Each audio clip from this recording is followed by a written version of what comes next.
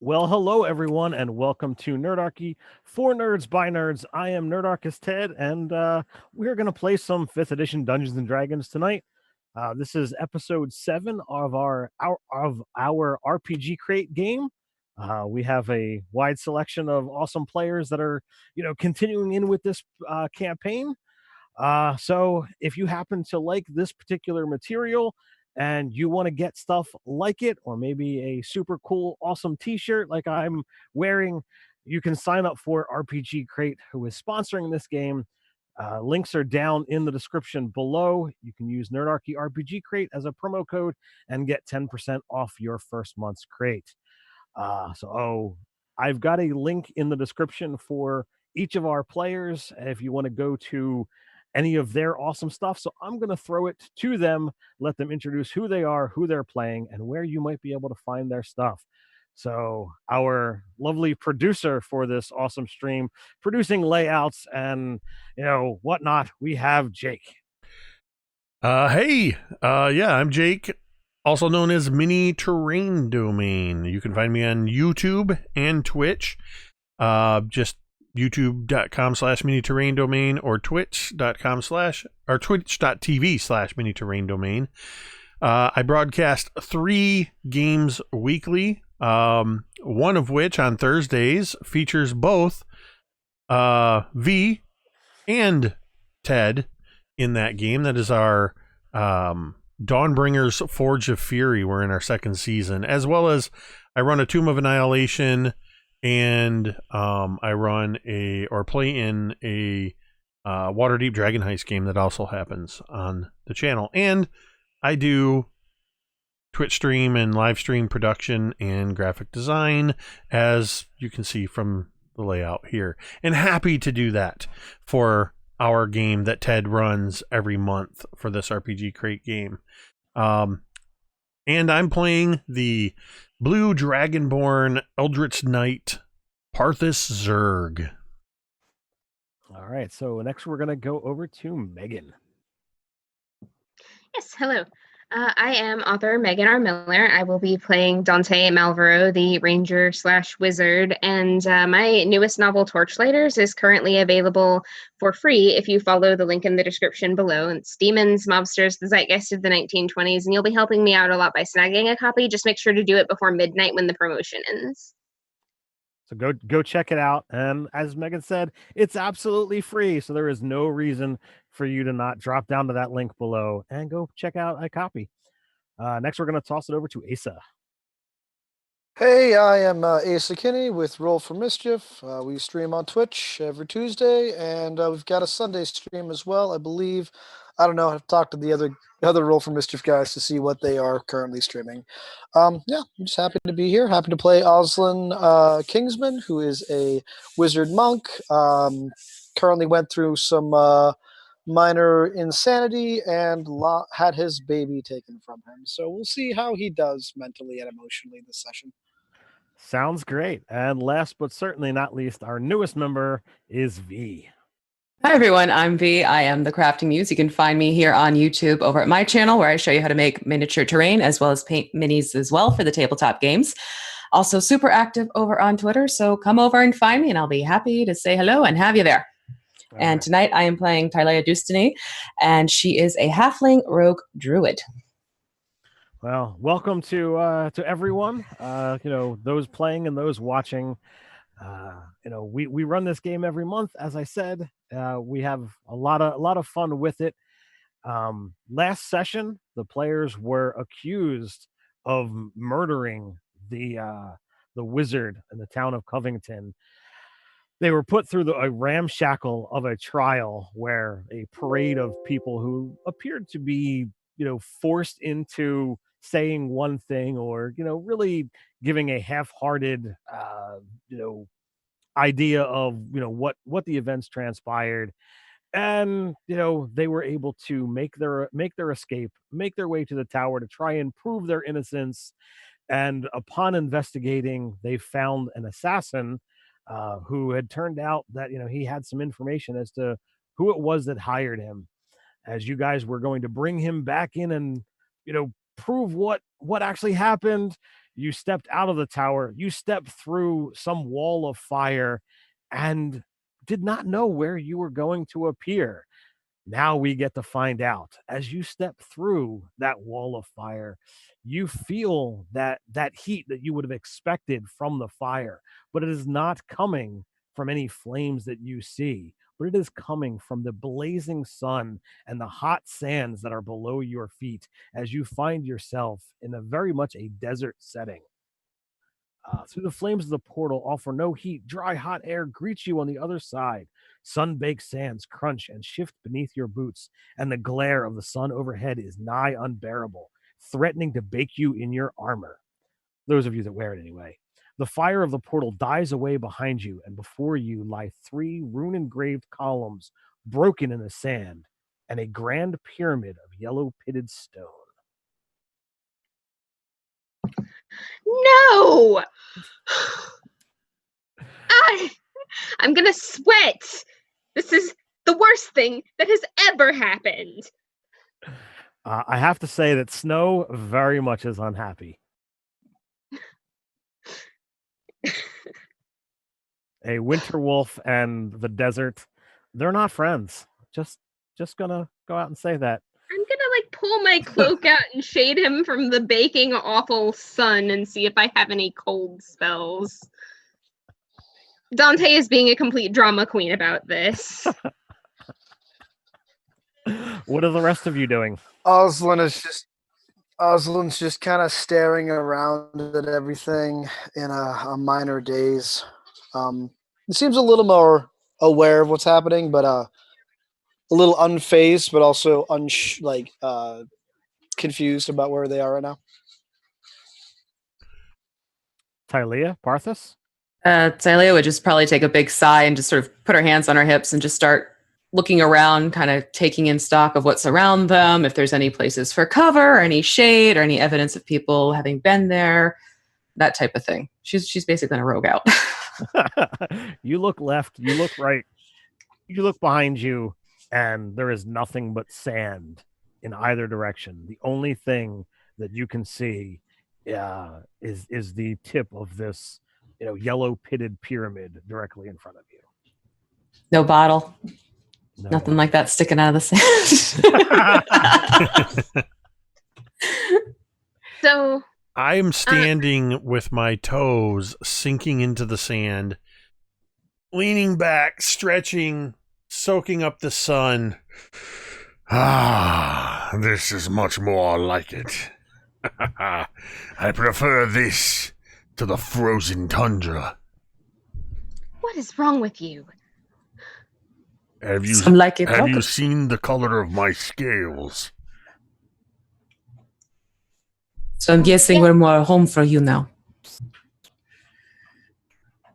Yes, this is where my people come from.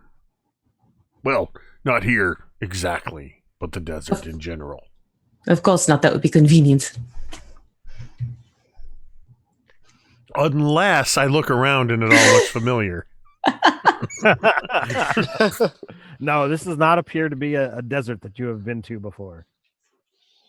So I'm gonna pull some fabric out of my bag and use prestidigitation to chill it, because I can chill up to 1 cubic foot of non-living material for an hour, and then I'm gonna set it on Snow so that he can be cool at least. He kind of gives a pitying whine.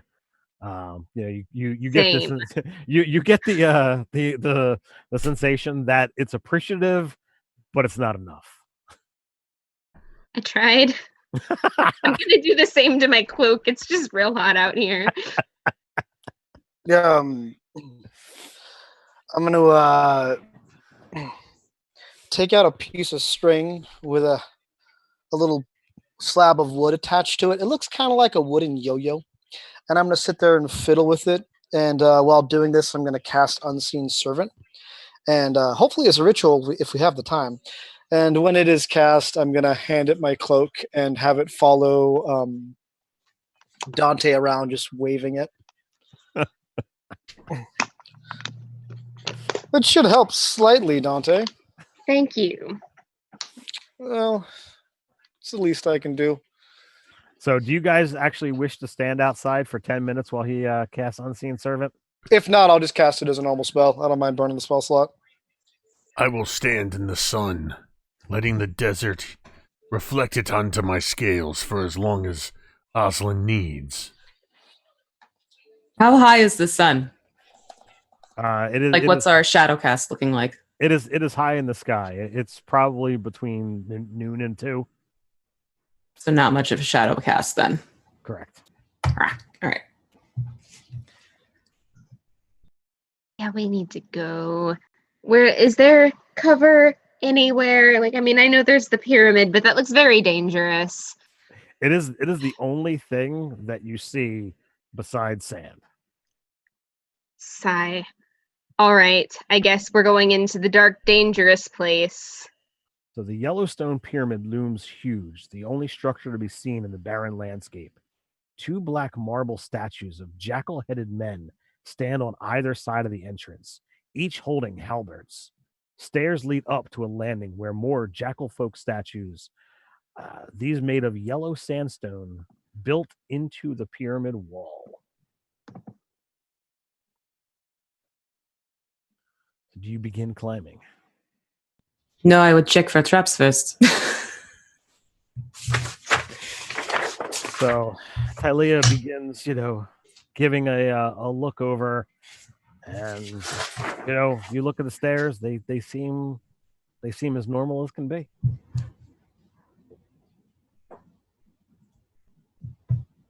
Well, inside there's probably no sun, more cooler for the pup. Good. I walk. Oslin is going to lean into his unseen servant, waving his cloak. And, Bulgath, what do you think of this place? Yeah? All right. We'll follow the... Kylie? No, that's not right. What was her name again? I'm sorry. Tylea. Oh, good. This is happening again. Oh no. My internet blooped out there again.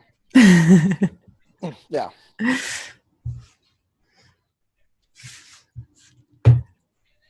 All right. So Oslin, just let's go. No, of course. Yeah. I'm right behind you. So as you step up the steps and into the only room that's here, you see an immaculately decorated room. In the 4 corners of this massive room, you see what almost looks like shrines. There are sarcophagi and beautiful imagery built into the wall. And in front of each one of these is a pedestal with an object. In the back center of the room sits a jackal-headed woman sits on a throne of black marble atop the landing of the stairs. Her body is wrapped in decaying, frayed white cloth. So what do you wind up doing here? Do you approach the throne? Do you approach one of these 4 corners? This is an actual jackal-headed woman, not a statue. You are uncertain, but it is unmoving. In which case, I am approaching it with a skeptical look, uncertain if it's a statue or a living being.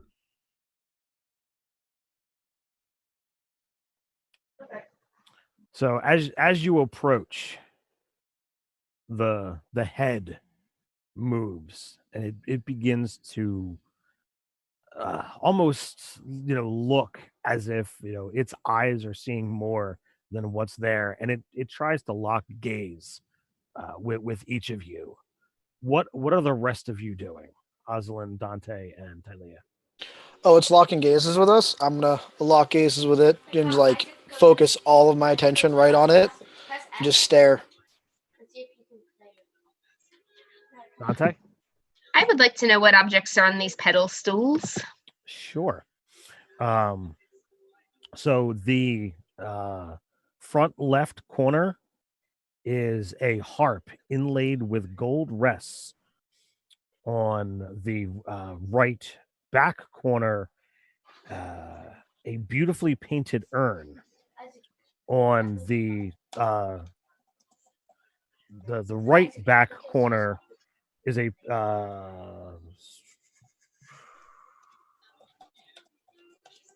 there is a sword, and on the front right corner is, why can I not see it? There is just a small white cloth. It seems to be folded in a particular way that looks like it would be wrapped around something small. That is probably the correct answer. I'm going to go check out that one. So, a brief look at the others as you walked by, it seems to tell a story of, a young person's life. You see a little bit of imagery, deeds. All of the imagery on that back corner, it's there. There's not really much of a story. Give me an insight roll with intelligence instead of wisdom. I nat 20'd. Nice.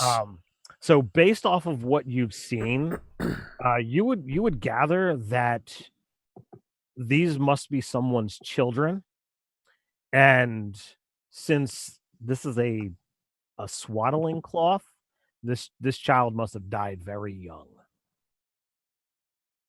and this was probably the cloth that the babe was wrapped in when they were born. I'm going to file that away and not mention it out loud because I'm a little bit worried about what Oslin would do if he realized that. I was gonna say, I'm locking eyes with this lady, but there's a baby. What's going on?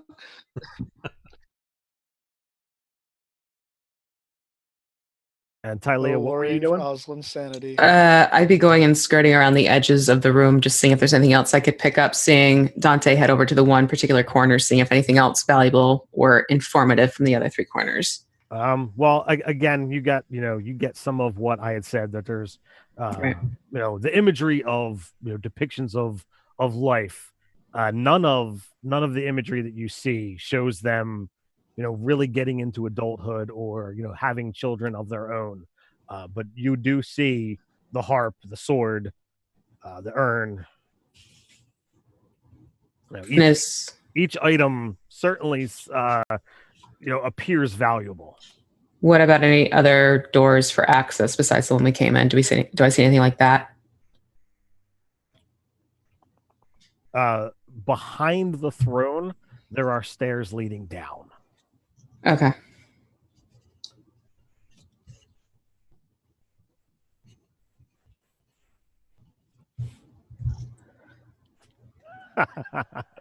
So the chat wants to shave your Winter your wolf. winter wolf, huh?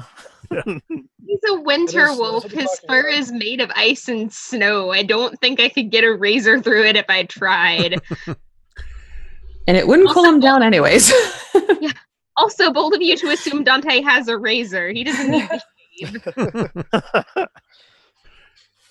I'm a dog groomer. I'm fighting to not give the whole explanation for why that is a bad idea. Same animal rescue here. Don't do it. Yeah, it's a bad idea. For all of you who are talking about it overheating, it will overheat more if you shave. You're throwing off its circulation by taking all that undercoat out, because that helps regulate their body temperature. That was my rant. I'm sorry, I couldn't help it. This is my job. I do this every day. I support this statement. I want to thank you for the way he's been carrying on about other things, I imagine Oslin just randomly talking This about might be going dog on in grooming character. habits, and I'm not giving it any second thought. Funny story. You are a wealth of knowledge. Pre and one of his jobs was a horse trainer and groomer. Well, there you go. So all of you all of you have gained information in regards to knowledge nature. I hope you all feel better. Absolutely. So I feel great having shared that information. I love the D&D. Da, da, da, da. So, Parthas, you are standing before this, jackal-headed, woman wrapped in rags, and it just continues to look at each of you. What do you do?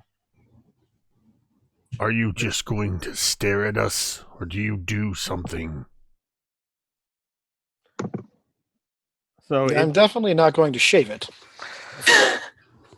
it turns and focuses the full weight of its attention on you, and it's a tangible presence, almost enough to be unsettling, but it's hands rest on the edge of this seat.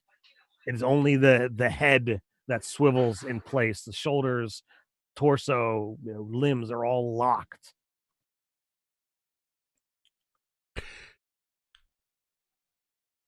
Does it seem to react in any particular way as Dante got closer to the one pedestal? It absolutely paid more attention as Dante moved in that direction. Yes.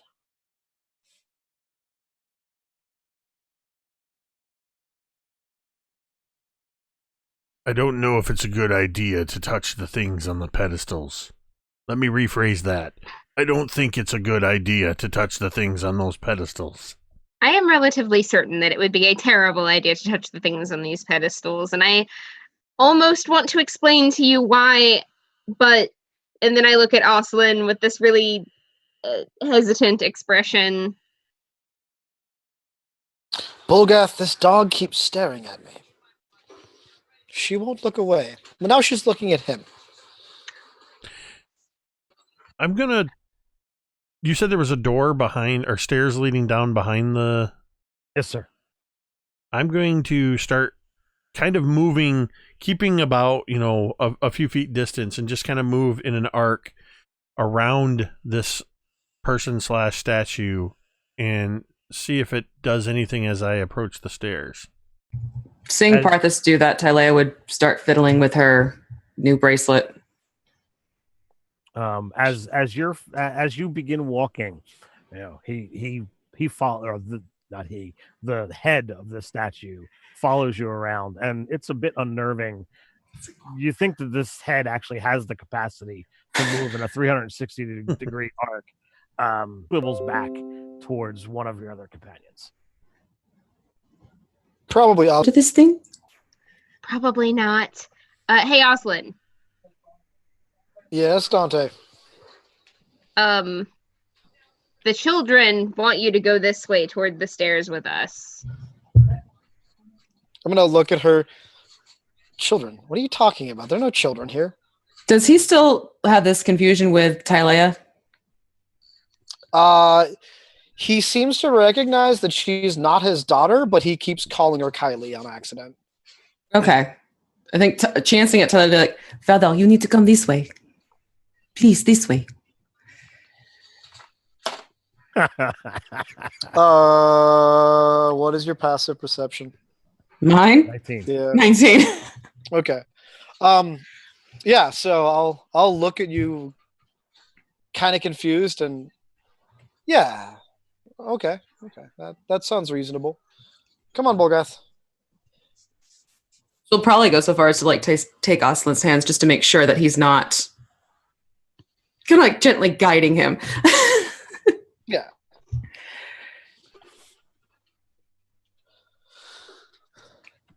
Yeah, I'll definitely be following the party.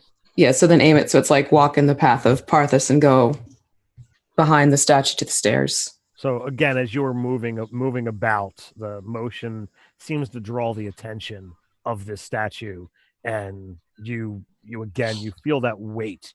It feels almost as if like just this gaze is pressing upon your shoulders, and as you move and step behind it, its head turns, in that way that just is so alien, so unnatural, and that only intensifies this presence upon you. since Aslan is there, next to you, it is only after his foot touches that top stair and you're one or two down that the head then swivels to Dante, who's in that back right corner. And now that you're the only one in the room, it's there's no real eyes that you see. It's just a jade-headed jackal, but all of its attention is now entirely focused upon you. Go ahead and make a wisdom save for me. Oh, good. I think I'm good at that. I'm a wizard. I should be good at that. I didn't roll nearly as well on this as I did on the other thing. 13. All right. So you're starting to feel afraid. You don't have the frightened condition, but the concept of being in the room alone with this thing, you are not happy with. You're not suffering any ill effects. You actually passed, but you didn't pass by enough that you don't have any issues. Guys, wait for me, and I walk quickly after the party. So when he joins the rest of you guys, your foot touches that stairs, and that weight just completely flies off your shoulders, and a couple steps down, you don't see him anymore. It's you're it's like, I just got out of the library, or I just spent a day in the forest. You're feeling good. I think we just met the girl dog. You think? Well, it's a good thing we brought our own. So what little natural light floated into the upper level of the pyramid structure is smothered as you descend the stairs. The air is thick with dust and heavy with the scent of decay. I'll do produce flame.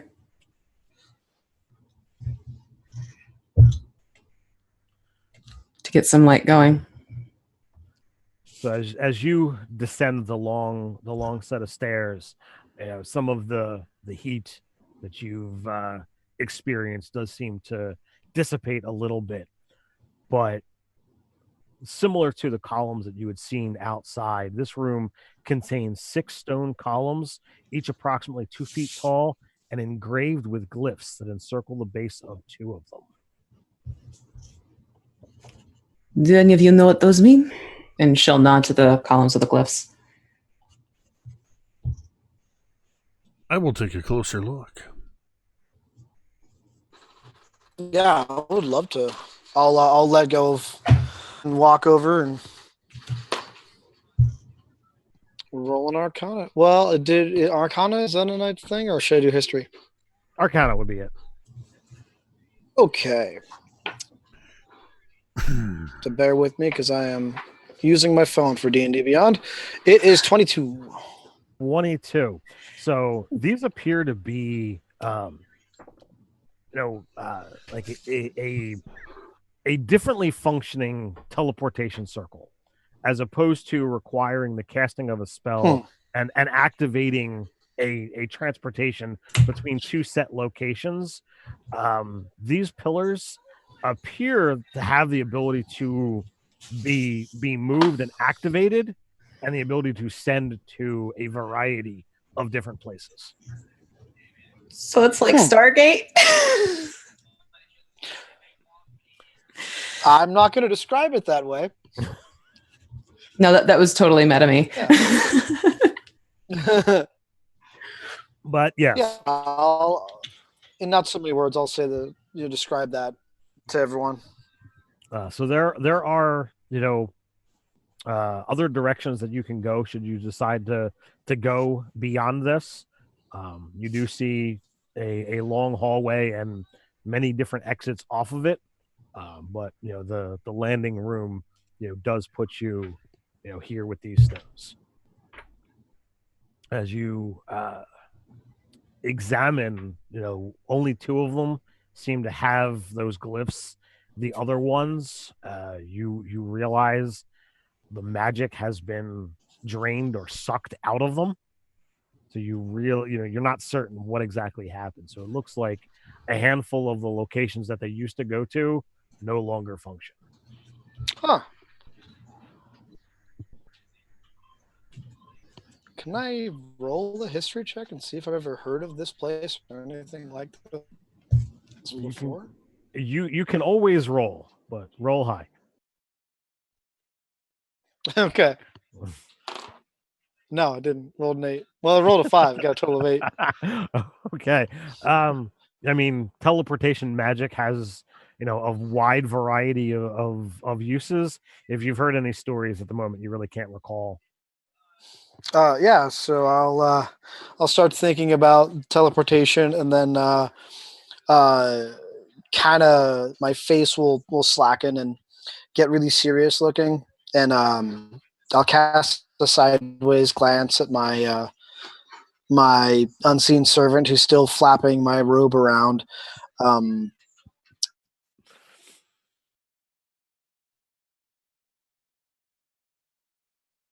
Did we lose Asa?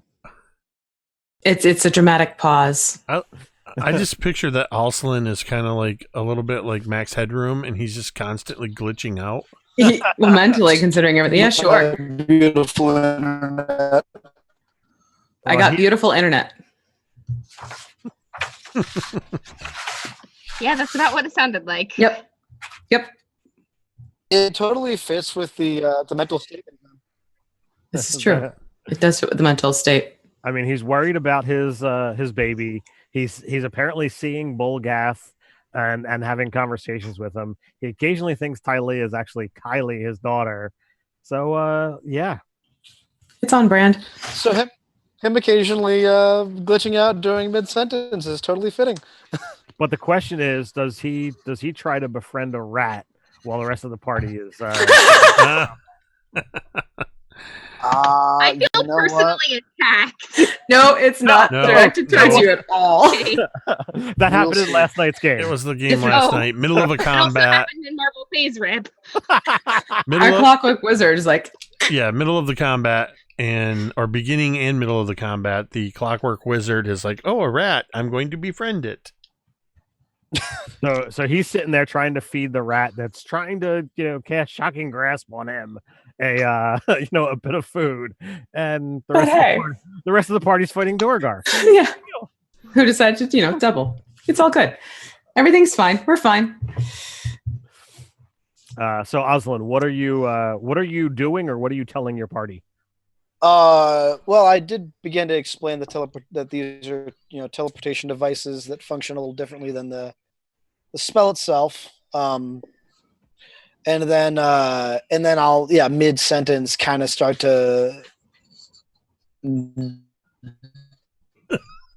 literally die off in what I'm saying, and then look really sad. That couldn't have been more perfect. No. So what are the rest of you doing as Oslin is half explaining things? Well, I think that messing with magical artifacts that we have no idea where they're supposed to lead to and that might be malfunctioning is probably not the best idea ever. So maybe we check out the rest of these rooms first and then come back to put a pin in this and maybe come back to it when we know what else is here. Yeah, Tylee she'd be skirting around these things, extremely hesitant because, it just doesn't seem to be quite on the up and up, especially after Oslin started explaining things and then went back into his little world. The fact remains, we don't know exactly where we are or why we're here. If this is a teleportation device, we may need to get it working if we're ever going to get home. I mean, don't get me wrong, I like the desert. But this isn't my desert. Right. Well, perhaps the thing to get it working is in another one of these rooms, and we should check them out anyway, and maybe we'll get more context and won't end up getting splinched between waystones. Yeah, you don't leave the key next to the door when you leave it locked. You said a lot of words there. I don't know what they all meant. I don't want to end up getting split in half because we stepped through a portal without knowing where it goes and it malfunctioned in the middle of it. Transporting now, bad. Finding more magic keys or something, good. Better? Okay, I'm not a child. It's not that I didn't understand you. He just talks really fast. The speed is perfectly fine for me. Fine. Let's figure out where we are. What are our choices beyond this room as far as So left pathways? and right from here, there seems to be two pretty large alcoves, and then in front of you is a short hallway that opens up into a larger room. Well, there's not usually a whole lot in an alcove, so shocker. I'm gonna vote we go forward. I just assumed you'd want to go left. I usually do, but that doesn't seem like it's gonna bear much fruit. Like an alcove, like that's just a divot, right? Like we can see everything that's in it. A quick glance, you look at it, it's maybe a 15 or 20 foot square. A brief glance, it's you're shocked that the scent wasn't larger, but the floor of this chamber is heaped with dismembered body parts, many mummified. You can choose to kind of rummage through if you so desire, but it's a pretty grisly scene. Oh, That's one way to bury your dead. I It still vote doesn't, forward. it doesn't look like anyone tried to bury any of this. I think wading into a pile of corpses is not the wisest decision. It's only pieces of corpses, if that makes you feel any better. No, it doesn't. I think that this tells us more about what we're dealing with than we knew a moment ago.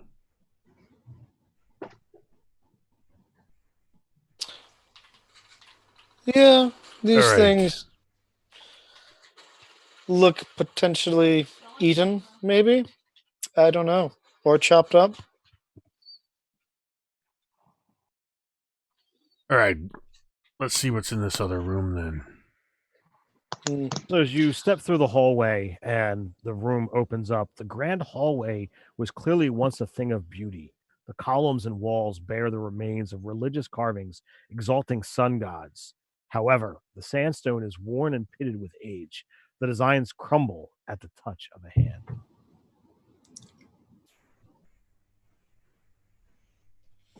So the room is like 25, 30 foot wide, and it seems to jut in and out. So like along the edge, you've got all of these old pieces of fading artwork and statuaries and what have you in each one of these many different 5 foot alcoves, but it's like 60 to 80 foot long.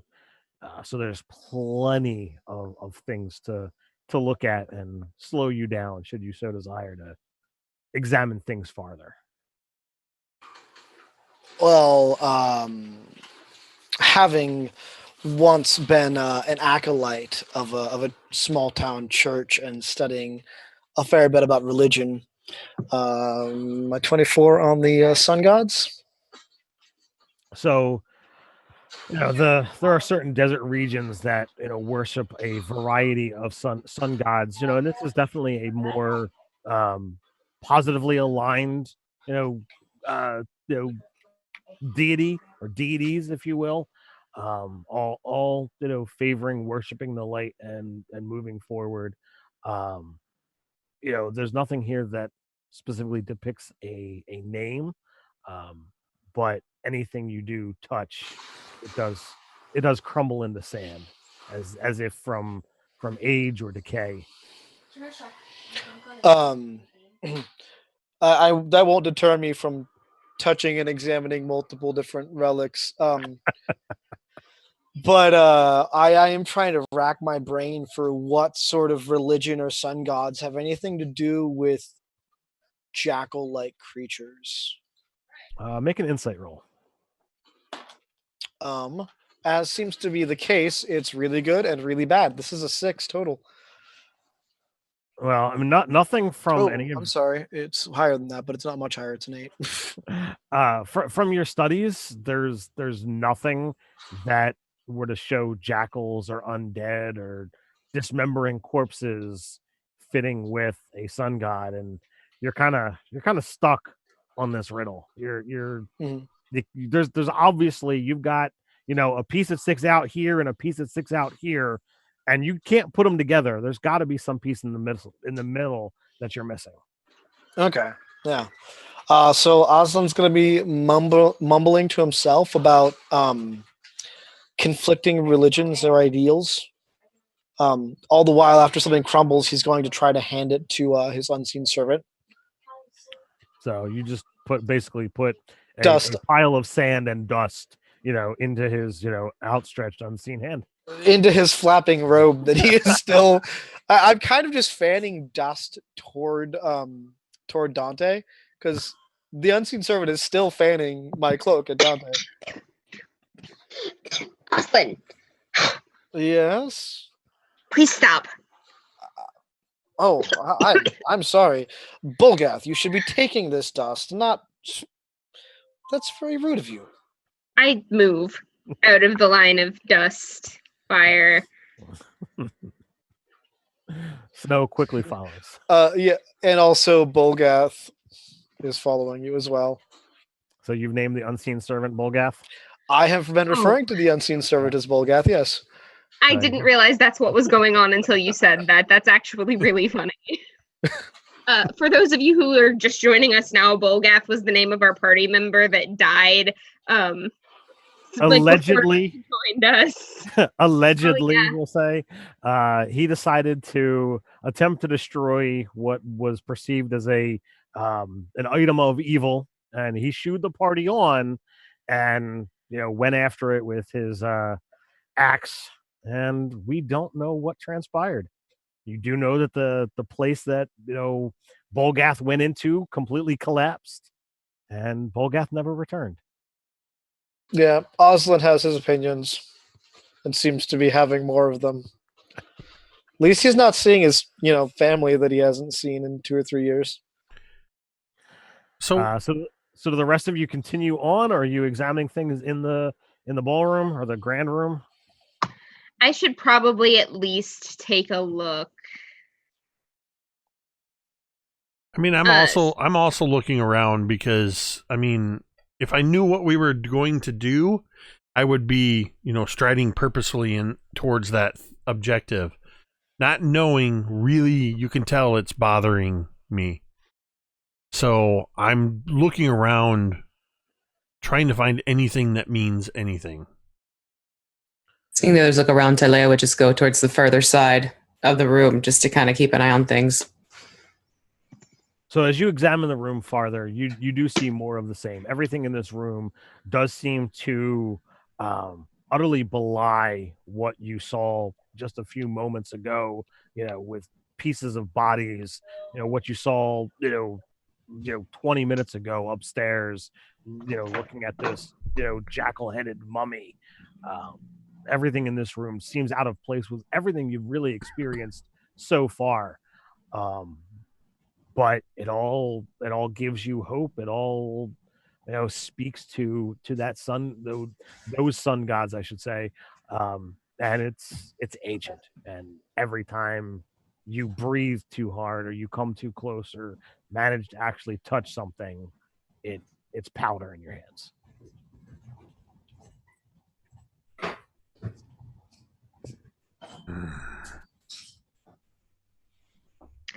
All right. Well, it seems like we're only damaging this place by staying any longer. Maybe we should continue further, and maybe we should stride carefully, because if the objects in this room can dissolve like that at a touch, so can the bricks beneath our feet, and I'm a little concerned about that. So tread carefully. The bricks beneath our feet are of the earth. I'm sure they are good and solid. And I jump up just to demonstrate. The exact opposite of what I wanted you to do. Well, if I can prove that everything can handle the weight, then we're good. Oh, I mean more like in further rooms, like this room seems pretty steady, but if we leave this place and go forward and just pay attention to the floor and don't, So what did we determine? You were 800 or 900 pounds? Yeah, I think I had We just went with it because I had horribly miscalculated at 1,050 pounds. I did my math wrong, but I think it's canon at this point that I'm just like a mass of Dragonborn soldier. Realistically, though, I think he's probably like maybe 350. Okay. You say like that's. I guess that is significantly Well, less heavy than 900. He's 6'9". He's a pretty good sized Dragonborn, no matter how you cut it. Very So large. You jump up and And then- down, and the stones underneath your feet seem to handle your weight, without a problem. Nothing cracks, crumbles, dissolves. You would have seen, some issue just in walking in everyone's passage had there been an issue. Obviously, Tylea, weighs probably less than what your leg does. But The floor seems solid enough. I will lead. If I can walk, then all of you will be fine. And I start walking in the direction we're going. So as you leave the grand hall, you are met with a T. You can go left or you can go right. You you Is held this your a pinky up question? as you said that. I know I did So this. I thought No, I scratched my lip. I did you not do said you are met with a T. I was like, wait, what? Oh man, Ted is going to give context is the everything. It's high image T. illusion. It's high T in the pyramid. Well, I think at this point I would just look over my shoulder at Dante while pointing to the left I'm nodding. Yes. and just continue on. I've cast Mage Hand, and it is pointing to the left as well. It's Is it- mimicking Bolgath. Isn't Or not Mage Hand- Bolgath, but... Isn't Mage Hand invisible? No, is it? That makes it even funnier. Yeah, that's even better if it's invisible and I can see it. Well, I thought it had a physical form. I don't know. I've always interpreted it as it's just a Spectral floating hand appears at a point that you choose within range. It says spectral and floating. okay. All right. Well. All right. So I it's think there. the rogue can make it invisible. Ah. Okay. Yeah, so Uh-huh. it's mimicking what part this is doing. All right. So off to the left, as I knew you'd wind up going, the hallway carries on for a while, and it begins to arc, and eventually you see 5 doorways off to your right. There are open crypts containing petrified mummies, each nestled in its own elaborate sarcophagus. The stone coffins are decorated with the relief carvings detailing the lives of the occupants.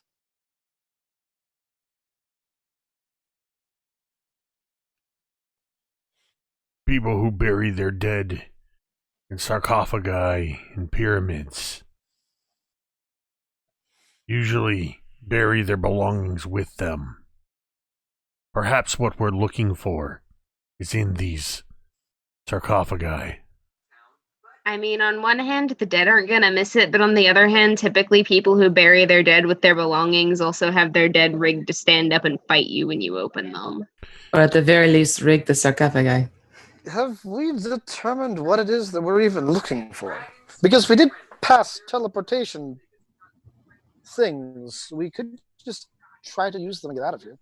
Yeah, we're looking for context for that to make sure that we're not, going to die using the teleportation device that doesn't work entirely. I'd like to be certain that it's a teleportation device and not a turn you into soup device.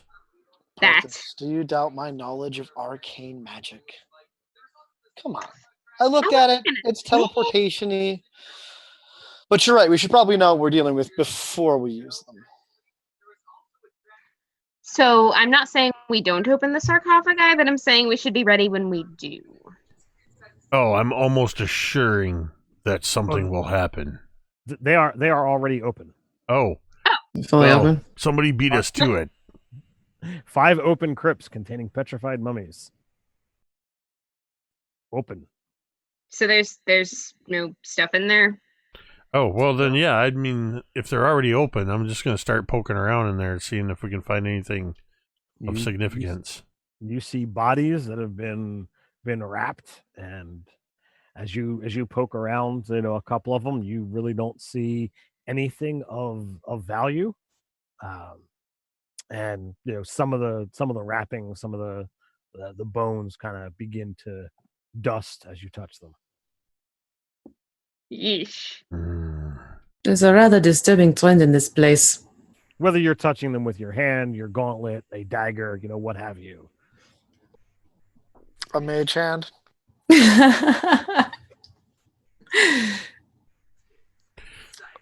I'm not too concerned about things turning to dust. This place just seems very old. Perhaps the other room, or maybe we should go poke around the corpse So pieces. the hallway does continue.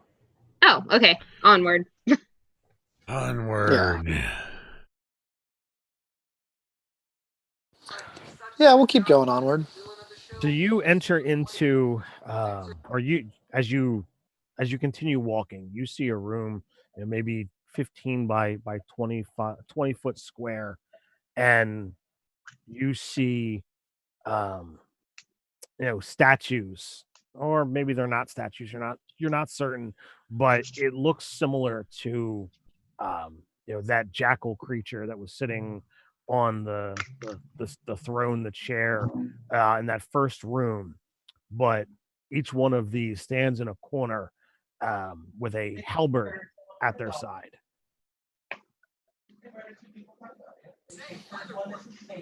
Yeah, I don't like that.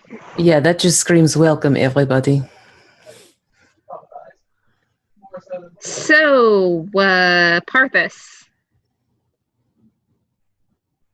Yeah. you're leading this parade, right?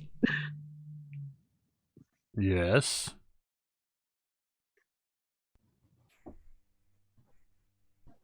Well, You care to go and say hello? Do you want me to say hello with my mouth or with my sword? Depends on your culture.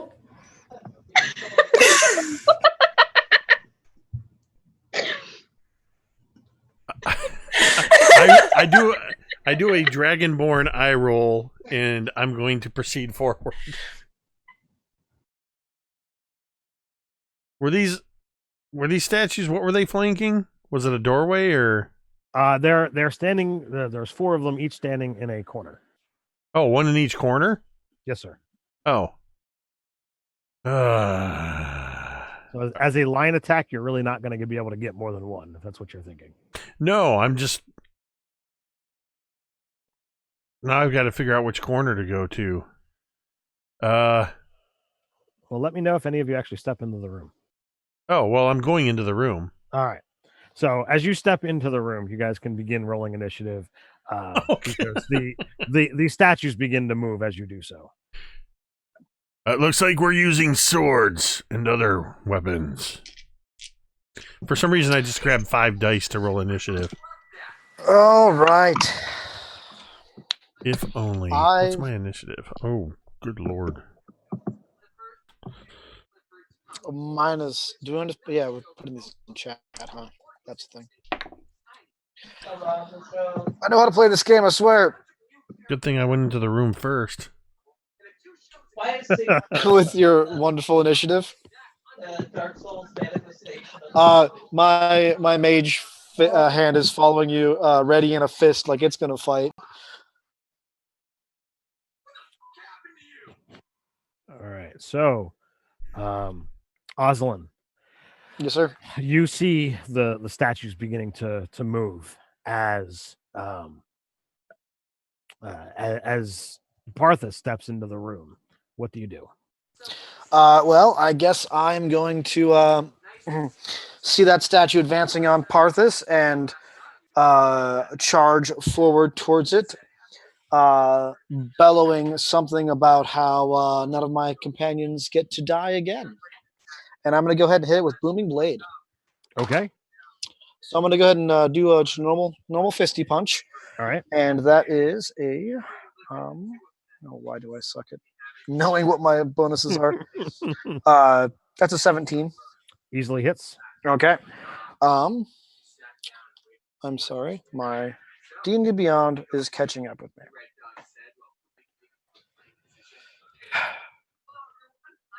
There we go. Talia, you're up next. That is 5 damage with my fist, and then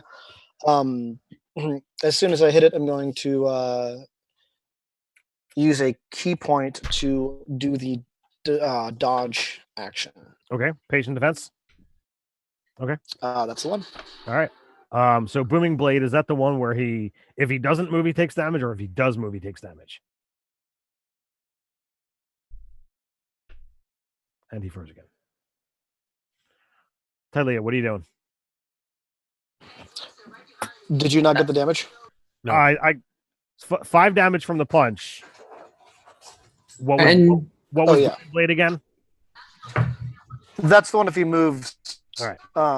He takes damage. If he moves, takes damage. I know there's ones that if they move, they take damage. There's ones if he don't move, they take damage. So I always get those two mixed up. All right, and there's no one that's like 5 feet next to any of these, right? Yeah. Well, now there is. Oslin moved in to engage. Okay, so then I'm going to aim at the one that Oslin was working on too. 17 hit.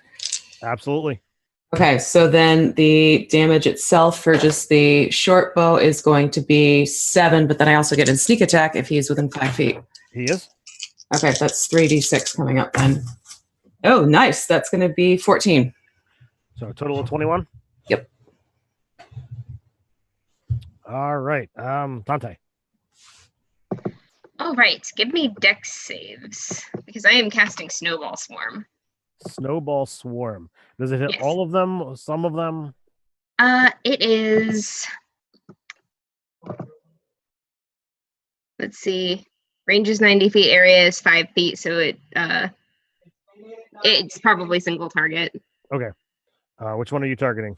5 foot radius sphere. So okay, and however many I can hit with that. Well, they're currently moving towards the. Towards essentially Parthos. But, Right. So if you wait a few seconds, you'll be able to hit more than one if you want to delay. Okay, I'll delay. I'm pretty sure that diameter is the whole circle and radius is just part of it. So it should be like 10 feet all the way across. Yeah, so correct. I'll hold back. I'll wait and just fire it off whenever they're clustered. All right. So you'll be able to get 3 of them. 13, 12. All right. So I got a 13, a 12, and a 4. Let's see. Oh no, none of them pass.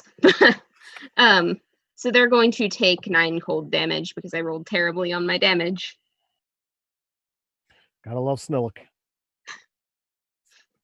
All right, let's see.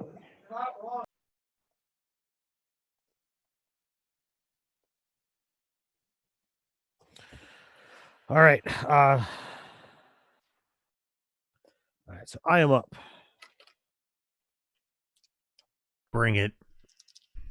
So 3 attacks are coming in at you. And probably at least 2 of them are going to miss. Where is that? So 12 misses you, but 18 hits.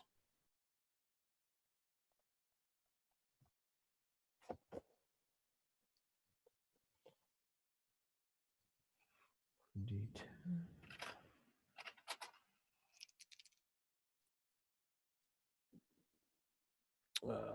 So that is 12 points of damage, 5 of which is fire.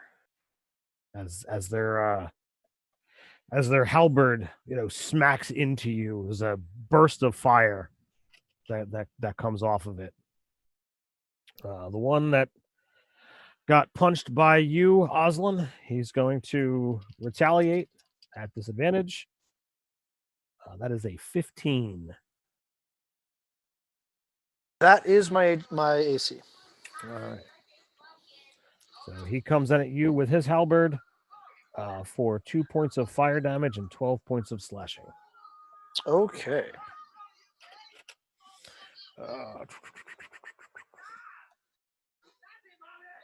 And I should have been more prepared for this, and I apologize.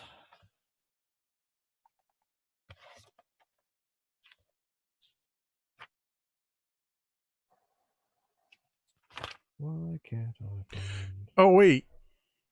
Oh, crap. I forgot about that. Never mind. That's my bad. What's that? I have the longsword vengeance that lets me, as a reaction, make an attack on whatever hits me. Okay. I will allow you to pull that out. Well, that's just a pile of poop. It's a half-hearted attack at 11. 11 is actually going to miss. So a sensation washes over you, Dante, as you feel, something cloying into your thoughts as Don't like that. as you see little motes dancing around your eyes. Could I have a wisdom save? Don't like that at all.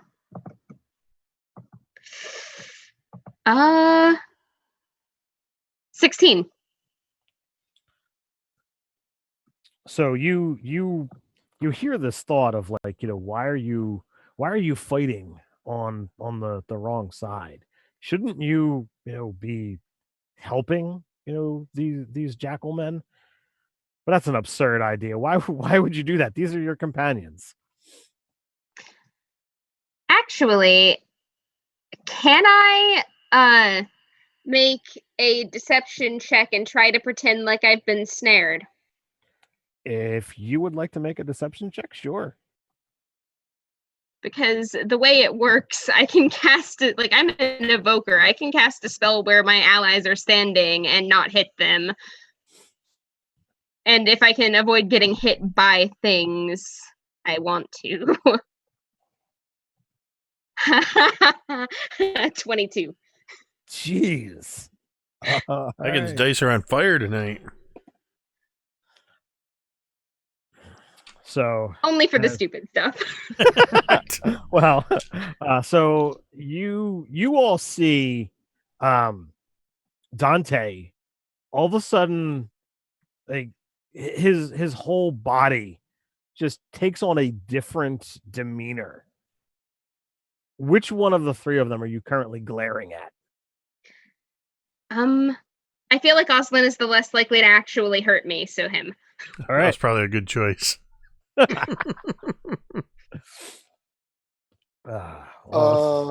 Oslin notices you glaring and kind of glares back out of the corner of his eye. I give you a subtle little wink on the side that is not facing the jackal man. Well, I pick up the wink and I know what it means. Yay! You are uncertain where this magic came from. So then we are up to Parthas. How many of these things are engaged with me? 3. Okay, so there's one that's elsewhere. There's one that Oslin is from. I'm tying that one up. Okay. So I'm going to attack one with my longsword. All right. I gotta make sure I track this correctly because I'm gonna be doing. I have 2 attacks. Oh wait, no. Okay, I'm gonna do this different. So the one that's not in immediate melee range, I'm going to launch a firebolt at it. Okay. And then I'm going to attack one of the ones with a bonus action weapon attack because I have the war magic feature. All right. That when I cast a cantrip as my action, I can do that. Yep. So I'm going to fire the firebolt at the one. That is a 19 on the die, so that's a 25 to hit. Easily does so. So that's going to take 2d10 fire damage. 13 fire damage to that one as I just sort of lean over. And then at one of the 3, I'm going to slash at it with Vengeance. That's a 13 on the die, so that is a dirty 20. That'll hit. I'm wielding that one-handed, so that's going to be a D8. Looks like that's 7 points of slashing damage. I was waiting to see if there was more than just the slashing. No, it's just the slashing. I was just holding for a second, debating if I wanted to action surge yet, but I'm going to hold it for now. All right. So that's my turn. That brings us to the top of the order. So that's Oslin. All right. Well, the first thing that Oslin is going to do is stare this one dead in the face, and then he will like pull the Doctor Strange and duplicate it into 4 different Oslins. Oh, mirror I'm image. going Nice. to cast mirror image. And then smile at the jackal and say, "Which one is me?" And 4 of them say, "Which one is me?" Fun. Is that all you got? That's all I got. All right. That brings us to Tylea. All right, seeing Oslin's got the one under control, she's going to shift her aim over to one of the 3 that Parthas is having to deal with. Which one is looking the most? The one that he just hit. All right, so seeing that, she'll aim for that one first. Okay. And that's going to be a dirty 20 to hit. Hits. Okay, so then that's going to be 10 points damage alone, and then sneak attack. Is that still an option? Is it's still up? Oh yeah. Oh yeah. Okay. So then that is 5 for sneak attack. Yeah, these guys seem to be pretty hardy. Neither of them. I mean, none of them are winded or shall we say bloodied yet, if you want to use some of those old nasty terms. That brings us to Dante. Are these things made of stone? Their heads are somewhat stone-like, but their bodies are mostly undead. So, were I to cast Shatter, would they make their saving throw with disadvantage? I would say no. Okay. I'm going to cast Shatter anyway. Okay. That's going to be a con save. Is that everything in an area? Or yes, except my friends, because I can exclude them because it's an evocation spell. All right. So where are you centering it? Are you centering it so that it hits all 4 of them, or are you centering it so that it's gonna? All right. We will just roll these in order. The DC is 15. 15. Well, I know I got one success. Yep, and it's just 1. All right, so what is your damage? That will be 18 for the ones that failed and 9 for the ones that didn't. All right, so it's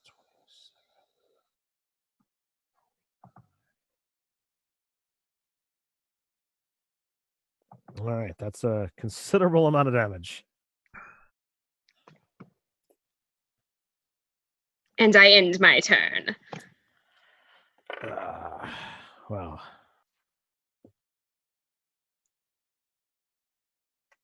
You hear an angry hiss as your spell does not seem to harm any of your allies, but definitely seems to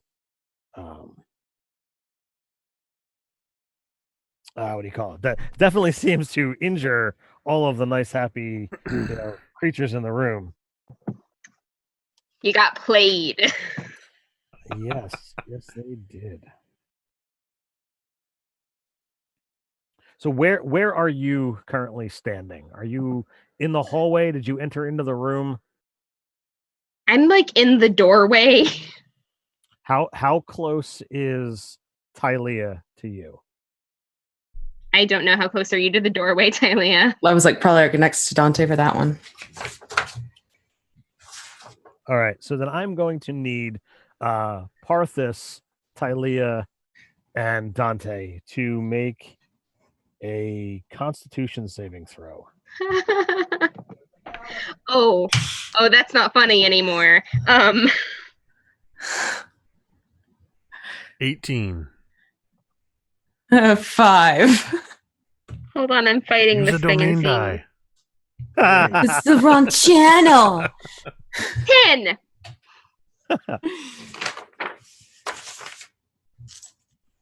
That ain't pretty. Nope. So we got to pass. We got to fail. What do you got, Talia? 5. All right, so you failed as well. Yeah. Am I on this too? We You are not. prepare.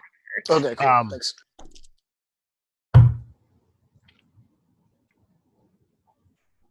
All right. I should really stop lying to like old Eldritch dead things because they never like it.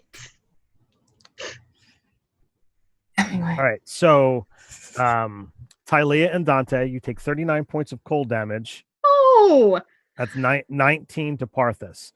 From the back of the room, you see a woman or a mummified woman appear, and she just exhales this, cone that's really cold of energy, and it blasts through, 3 of her own troops into the 3 of you as well. Her creatures kind of, well, the one that Tylea had just hit, and the one that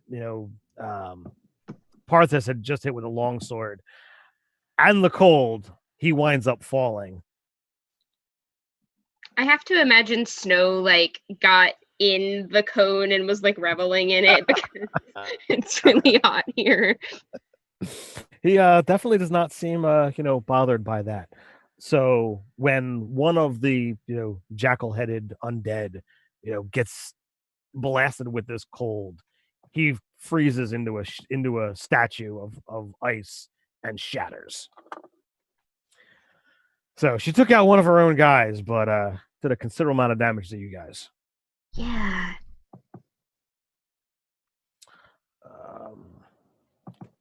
See, I should have attacked with my skeletons first.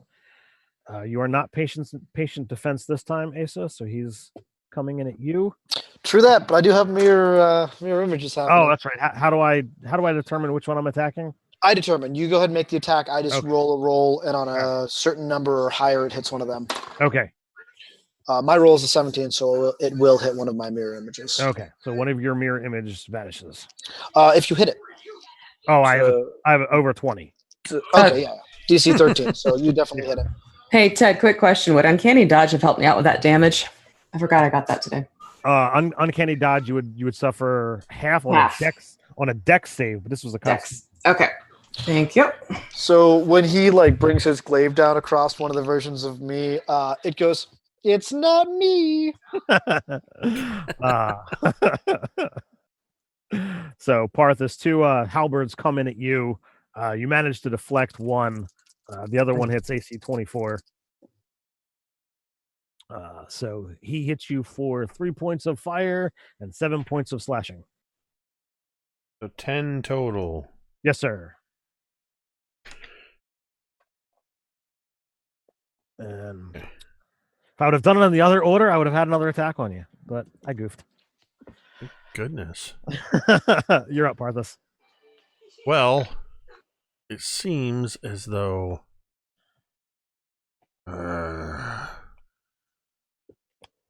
Parthas growls.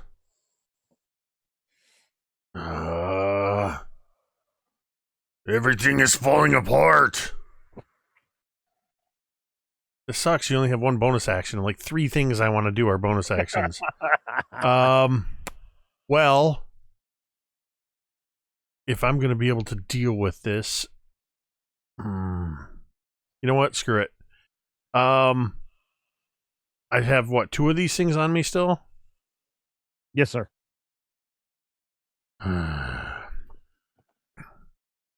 Using my great weapon, or my great sword, I'm going to attack them both. So you're going to use the great sword instead of the longsword? I'm going to drop the longsword, and I think it's a bonus action to summon my great sword. So I'm just going to draw it. All right.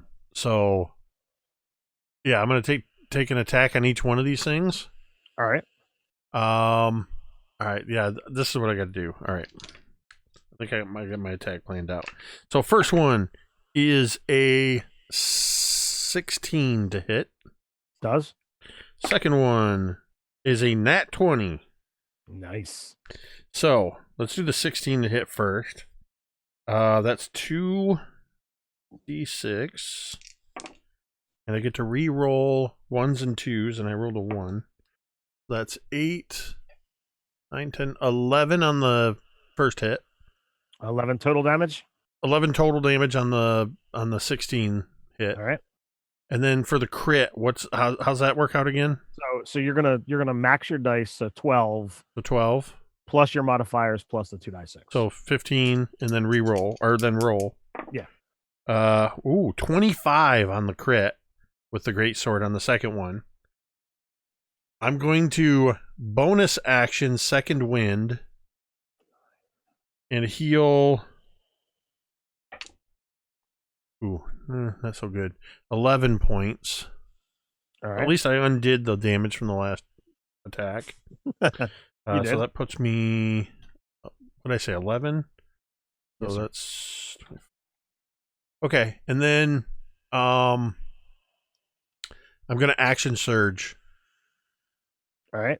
The one that you just critted, he is looking really beat. Well, he's gonna get the follow through with the second attack because I get 2 more attacks with my action surge. You should do. Oh, I thought that was gonna crit again with the same die. It is a 23 to hit. That does it. So your minimum damage takes him out. Oh, all right. So then I will quickly swing through the shattering remains and my final attack on the guy that's still standing. All right. Fudge. That was going to happen. That's a 9. 9 is going to miss there. And I think I'm out of actions and extra actions, action surges and all that good stuff. So action surges, bonus actions. Yeah, I think I've done literally everything I can do in this round. You didn't do a reaction. Well, no, and I dropped my vengeance, so I can't react either. It's true. All right, that brings us to the top of the order, and we're back to Aslan. As a free action, I just turn to Dante and point at the long sword lying on the ground. Don't let me forget that. If I'm alive, I won't.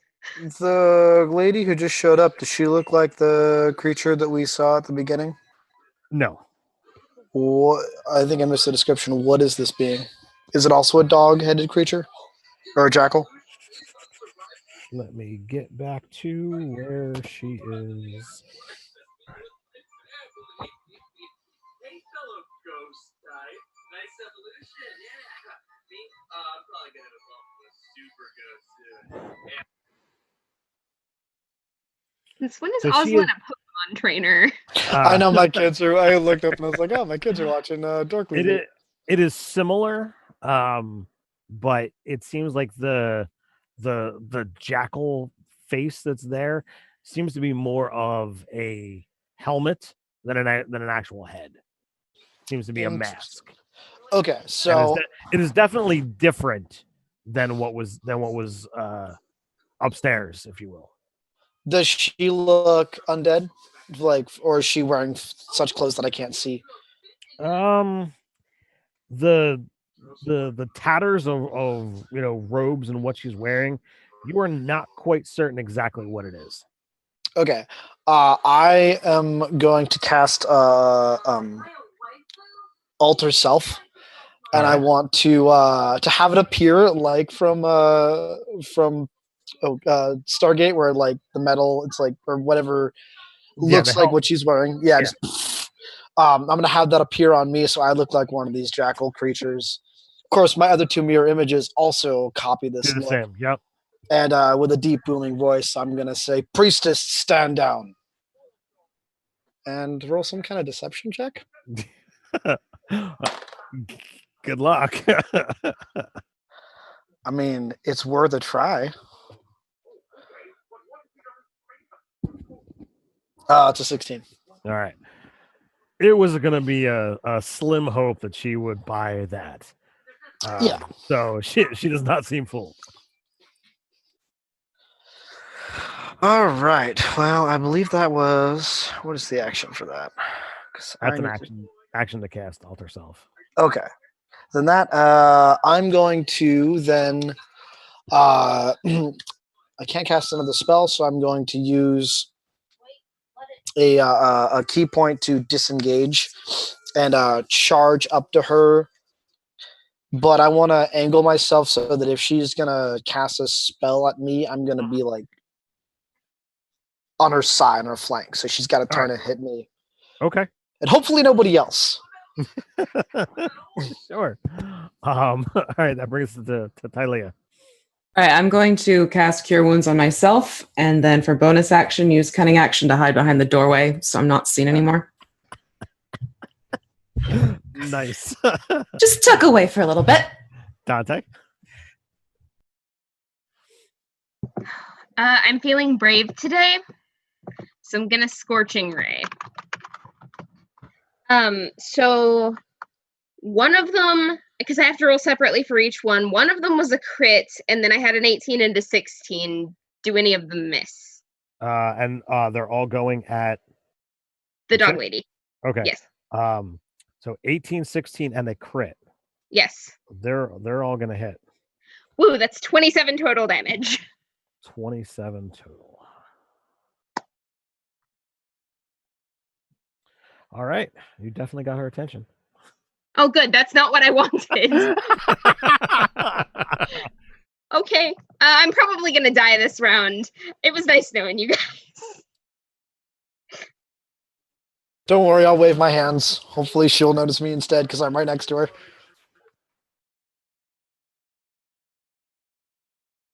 All right. So what did you do after you cast that spell? Dante? I mean, the position behind the door is occupied unless there's like a lip in the doorway and I can go on the other side or something. You could retreat further back. I mean, you're not too far from, where the fire. All right. So Dante is done. That is up to me. Question is this guy gonna chase Aslan? Is they're gonna come over to Parthas and Dante? How long does Booming Blade last? It's only the round, so he's not under the effects anymore. Okay, great. So Dante, high or low? Oh God, low. They went high, so therefore we got 2 attacks coming in at Parthas. And those are really low numbers. So they both miss. Good. I'm kind of sorry, but I have 4 hit points right now, so I'm glad that it was you. And I'm also glad that they missed.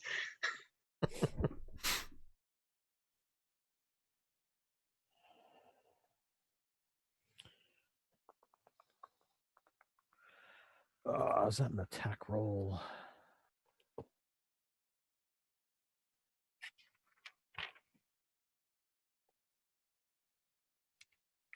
Attack roll or saving throw? Tell me. Tell me.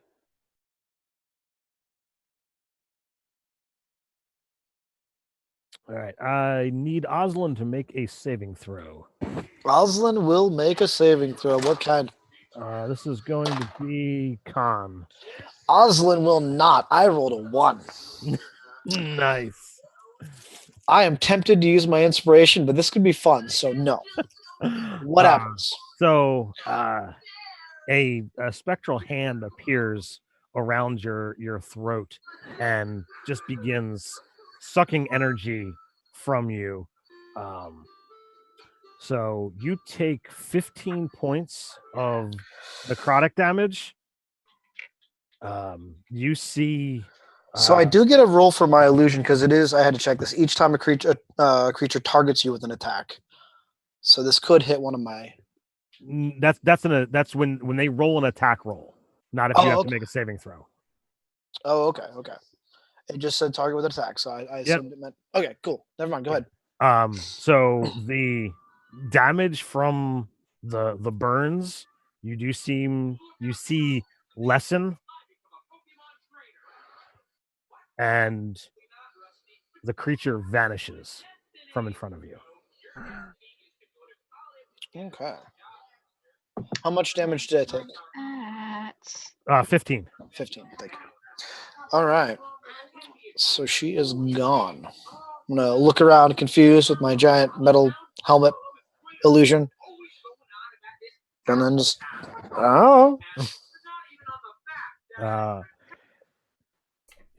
Jake, you're up, or Parthas. All right, so with her gone, there's just the one statue left? 2. Or there's still 2? 2 of them fighting you.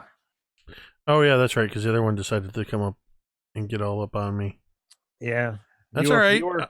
You were apparently a juicier target somehow than the nice, squishy mage. I am going to go ahead and attack each one with my great sword. Swinging around with an 18 on the die, it's a 24 to hit. Easily does.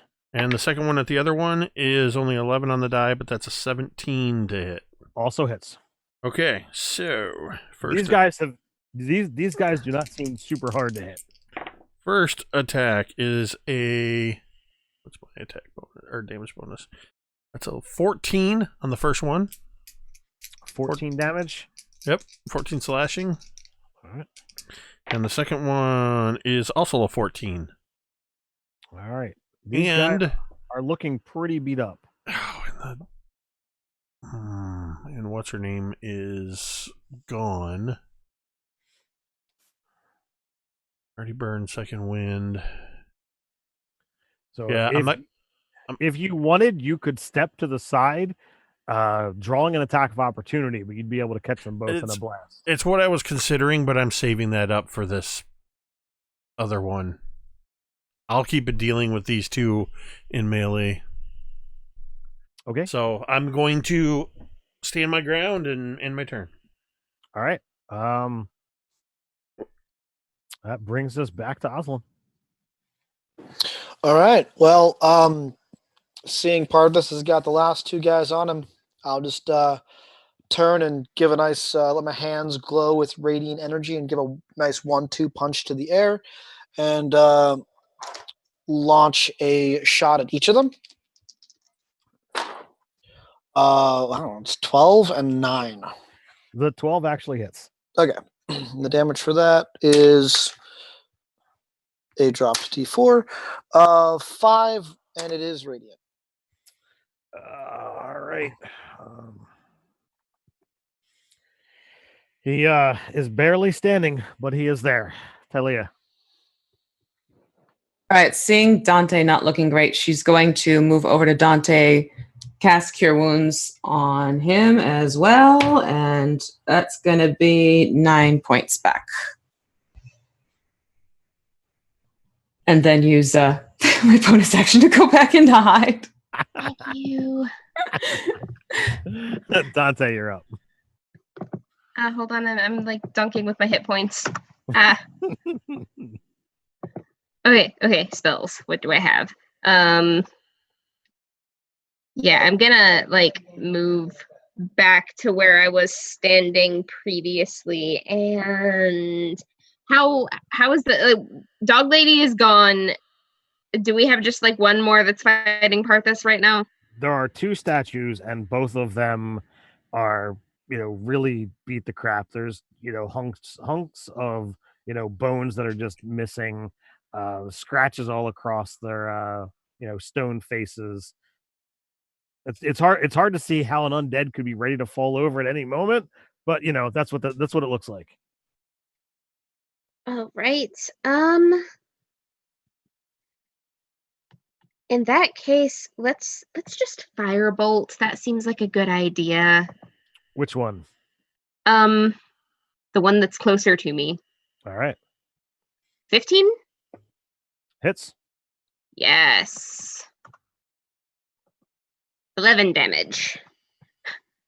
It's D10s, and one of them was a 10 and the other one was a 1. All right. Is that all you got? It's all I got. Oh, and moving backward again. Never said I was a brave man. All right. That is a 24 to hit you, Parthas. Just barely. Just barely. That's what I thought. So you are taking 12 slashing and 4 points of fire.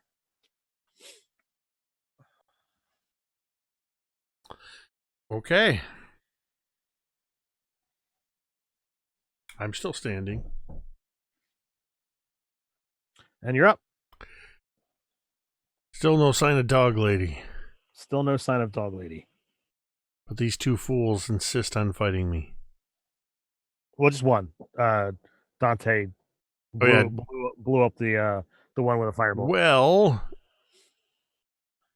I'm going to take care of this one, and I'm going to call it a crit. You're calling it before you roll? It's a 22. Rolled a 22? Wow. Well, rolled a 16. Yes, I rolled a 22. When you're Oh, using you mean I'm not supposed to use this 30-sided die? I've been using a 30-sided die this whole time. So that's going to be 11 points of slashing damage on the first attack. All right. So you cleave his head in half with the mighty swing of your great sword. And I stand at the ready looking to see if I'm looking everywhere for this Dog Lady. So, do you do anything else besides stand around looking? I don't think that I have anything I can do. So I'm just standing my ground. In fact, yeah, I'm just standing my ground. Osland, do you do anything over the next 6 seconds? She vanished, right? She vanished. I would like to make a investigation check if I could. Investigation is not something you do in combat. Well, that's true. Combat. Investigation takes a long time. Could be a perception. Correct. Yeah. Perception. You can look around. There are two other exits from this room. Mm. It is a small room. It's like I said, roughly 20 foot by 20 foot square. You came in from this way, and there's two off the opposite walls. With the looking at it from entering the room, the left wall is the only one that's completely blank. I'm more of the mentality that she turned herself invisible. Okay. Being a mage, I'm thinking more along the ways that wizards would deal with problems. Okay. So I'm looking for any sign of an invisible creature moving around the room with my perception check. All right. I got a 20 in total. All right. You do not see anything or hear anything that would make you think that someone is invisible close to you. Okay. So to eat my own words, as I finish my turn, I'm going to look at everyone else and say, I think she might actually be gone. Tylea, do you do anything for these 6 seconds? Peek my head around. Are you sure? Because there's no one left, right? The statues have been dropped, and she is apparently nowhere in sight. Yeah, you just see this little head peeking about 3 feet away from the floor, around the door. Dante. Snow, do you smell her still?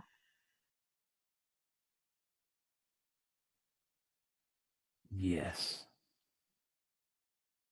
Be on your guard. So, a raspy voice seems to come to your ear, Dante. Oh. Will you accept a parley? As in talk, as in not fight each other during the discussion. Yes, we will parlay. What are you talking about? She's asking for a ceasefire. I think we should give it to her.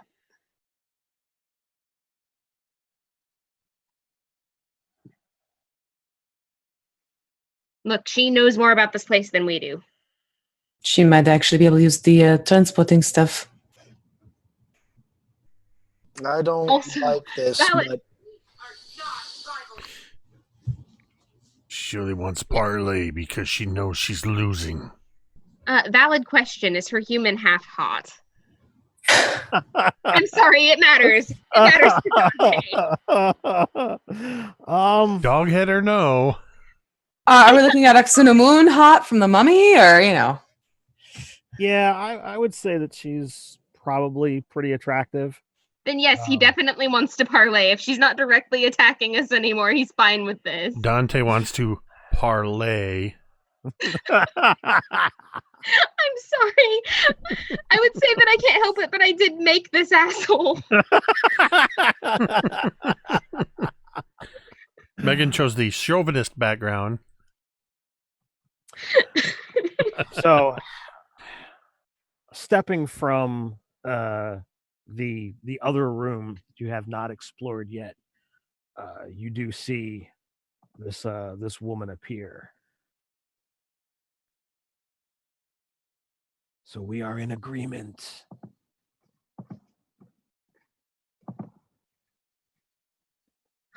We're not here to steal anything, just so you're aware. We ended up here quite on accident.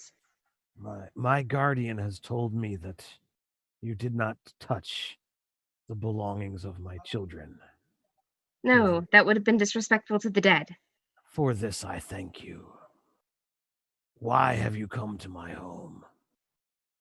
Well, we kind of got transported into the middle of the desert. This is the only building anywhere near here. We're just trying to figure out how to get home. It appears that many keep coming. Many invade my home. I have heard tale of those coming through fire. Is that how you came hence?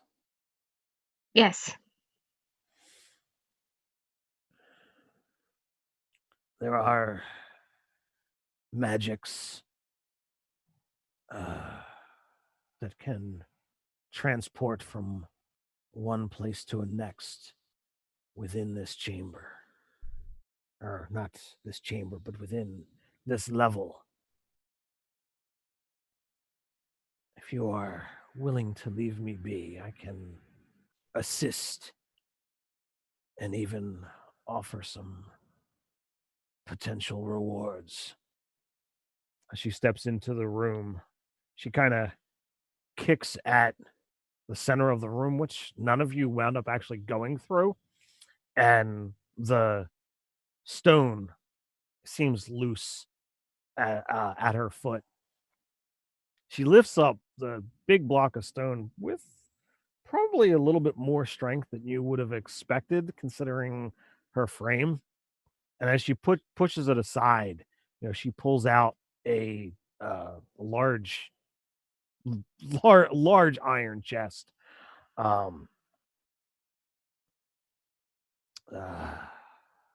Is this? Do we have an accord? I look at the rest of the party. Yeah.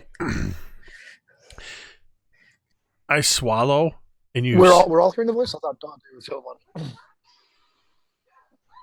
Oh, no. She came out and she is talking. Yeah, she came out and was talking so we Yeah. could all hear her. I swallow and you see sparks just dance around my nostrils. I had taken a breath in, prepared to unleash on her at any moment, but when she so easily lifted the stone, I sort of reassessed, and yeah, you would see Parthas just sort of and just give a curt nod.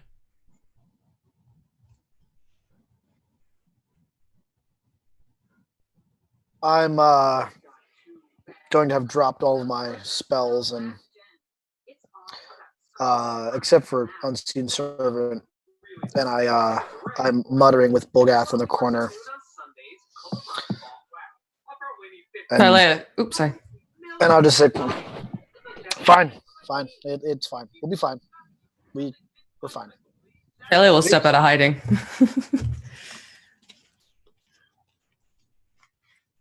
If it means we get to go home, yes.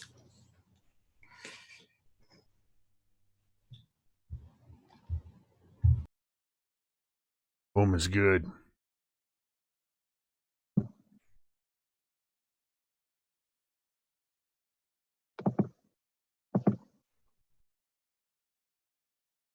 Box is yours. Do with it as you will. And we can head back to the chamber.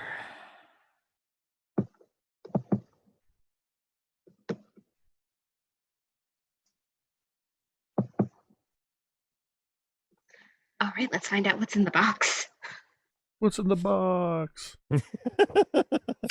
Sorry, it had to be done. Mhm.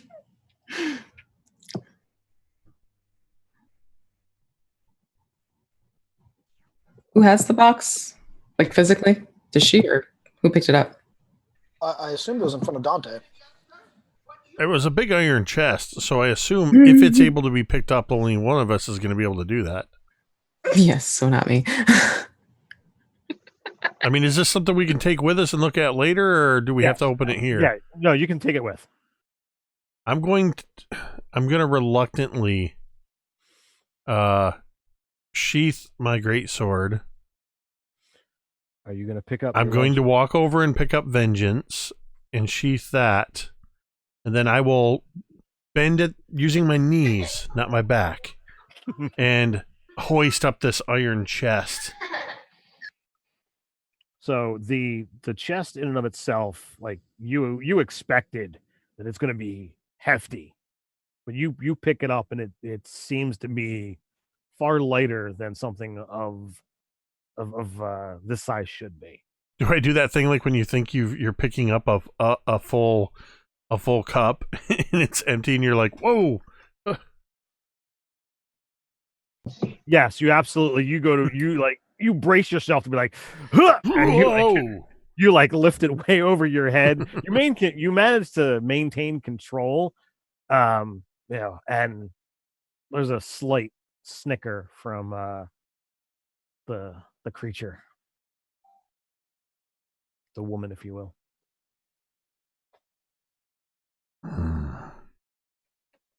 Guess I'm stronger than I thought. Let's get out of here.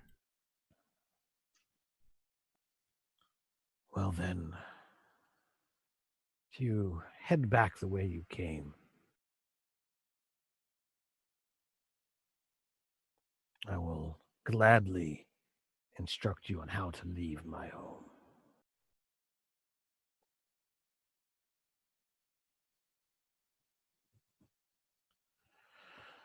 So, unless somebody decides to, try to reenact combat, she definitely wants to follow you guys, but she doesn't do anything to, break the truce. And you walk back through the whole area. She doesn't have a problem if anyone decides to fall back and walk with her, but Yeah. she does not seem to allow or want anyone behind her. Well, just as a flavor note, Dante will fall into step with her and ask questions about the history of this place, like who's buried here, why all the pieces in the one room. So her pace winds up slowing as you walk. She is Abunatra, and this is her home. And thousands of years ago, her family was cursed, and she was forced into watching her children die, watching her people die, while she lived on. Not entirely certain what has transpired, but her people were faithful. Her people were joyful in their worshiping of these gods. But some dread curse fell upon them, and this is all that remains. And if you happen to talk about the antechamber that you first stepped into, she says it is good that you did not touch my children's treasures. The magics of this land would have put a terrible curse upon you until you either died or returned the item here. Oh, that would have been unfortunate. Dante actually fell a step on the other side, or not Dante, Oslin, trying to be you tonight, and has been listening as well. Well, if you're flanking her, she gets visibly nervous, but doesn't stop. Mhm. I definitely notice her nervousness, and thinking that I'm being polite, I start to fall back a little bit. She stops as you get half a step behind, and she turns and looks you dead in the face. Oh dear.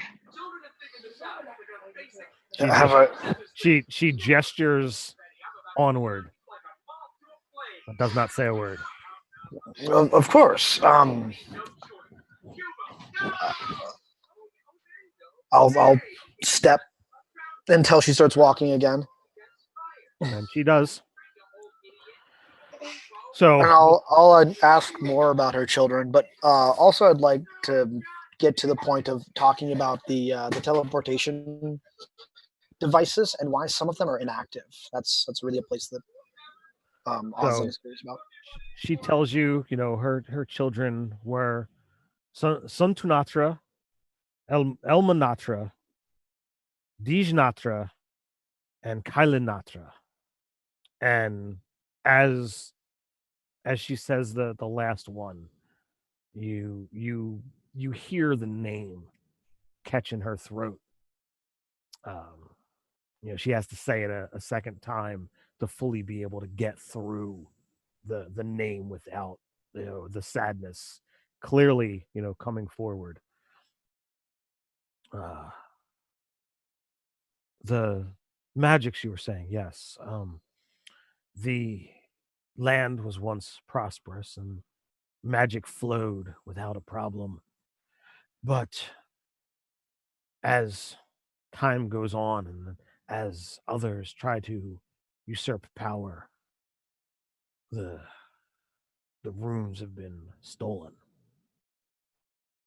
About this time, you guys managed to get back to that, that room that has the different pillars, and she goes to the two that seem to still work. I pray that this will be the last that we see of each other. If you have any word of how people are invading my home, if there's anything that can be done about it, I would appreciate it. She begins sliding the stones on these columns, aligning a variety of different images. Nothing seems to show to any reasonable diagram of, oh, this is how you get back to Covington, or this is how you get back to here. But she seems to know her way around. She does inquire as to where you wish to head back during your walk. I imagine Oslin is most excited to go back to Covington to get the of course the child. So is that your wish? Is that your destination? Yes, please. We have a home to return to and then people to get back to.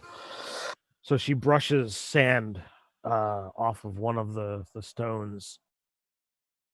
She places her hand, firmly down onto, a handprint that was buried in sand. And as she presses it, the 6 pillars glow ever so slightly. This time there is no fire, there is no flame, but you see, unlike other places where you've managed to, in a blink of an eye, you are from one place to another. Here you visualize, you see yourself whisking away the miles of sand, of grasslands, of forests. Uh, the ocean appears on the horizon, and before too long, you wind up, seeing the tower as your, last destination of a Paul's Tower in Covington. And that is where we're going to end tonight's session. We don't get to open the chest. We'll see what that is. We can, do that off air, or we can, look at it at the beginning of next session. Whatever you want to. Okay. Whatever you want to do. I wanted to have a slight piece of dialogue with her before we leave. Okay. What did you want to? Before moving forward, I would turn to her and tell her, I hope that you find rest. I have lost children myself. I know it's a pain that can never be recovered. I just hope that one day you will find peace. Well, in the thousands of years that I have been here, I have not yet. So I do not think I will. But your sentiment is heard. And I'm also going to willingly release the spell, the Unseen Servant of Bolgath. My robe is going to fall to the ground, and I'll pick it up and put it back on. As a symbolic way of releasing Bolgath. All right. Very cool.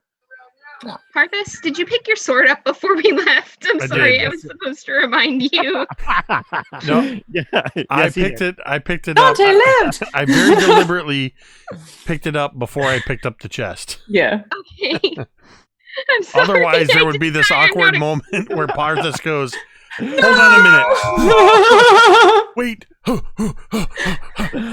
All right. If you guys guys and gals out there, if you happen to be watching this live, it is, roughly 10 o'clock, and there's like 2 hours left on getting Torchlighters, Megan's novel that she wrote over on Amazon for free.